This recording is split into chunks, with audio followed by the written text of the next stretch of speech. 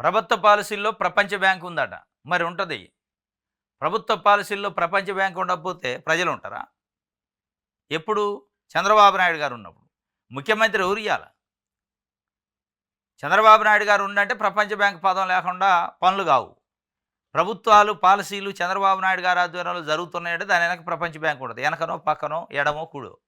ఇక అదే ప్రజాశక్తి రాసింది. పెట్టుబడులు కార్పొరేట్‌లకు అడ్డు లేకుండా లైన్ క్లియర్ చేస్తాడట చంద్రబాబు నాయుడు గారు.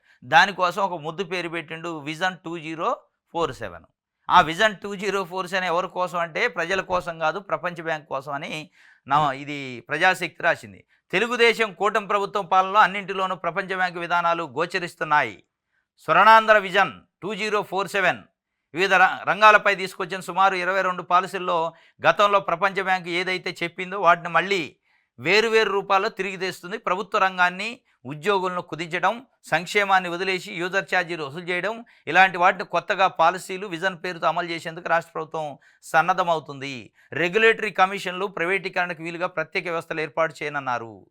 ఇది ముఖ్యంగా విద్యుత్తు, నీటి వ్యాపారం చేయడం, అడిగిన వారికి భూములు అప్పగించడం, పట్టణ ప్రాంతాల్లో పెద్ద పెద్ద వ్యాపార సంస్థలకు అనువుగా అర్బన్ ల్యాండ్ సీలింగ్ చట్టాన్ని సవరించడం, ఇది కథ. ఈ విజన్ స్వర్ణాంధ్ర విజన్ 2047 ఉద్దేశం అట కార్పొరేట్లు, పెట్టుబడిదారులకి అడ్డు లేకుండా లైన్ క్లియర్ చేయటం. దానికి ముద్దు పేరు స్వర్ణాంధ్ర విజన్ 2047.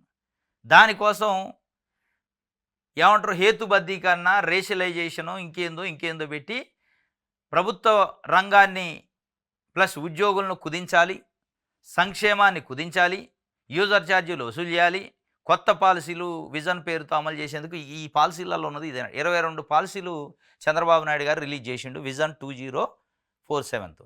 ఆ 22 పాలసీల అర్థం ఏంటంటే ఇప్పుడు ప్రభుత్వం ఎప్పటి నుంచో ప్రభుత్వ స్కీములు ప్రభుత్వ పరంగా అనుభవిస్తాయని కట్ చేసుకుంటూ వచ్చి ప్రపంచ బ్యాంకు మీద ఆధారపడేటట్టు రాష్ట్రాన్ని చేయటం, ప్రజల్ని చేయటం ఉద్దేశం అట. ఇక ప్రభుత్వ పాలసీలో ప్రపంచ బ్యాంకు ఉంటది మరి.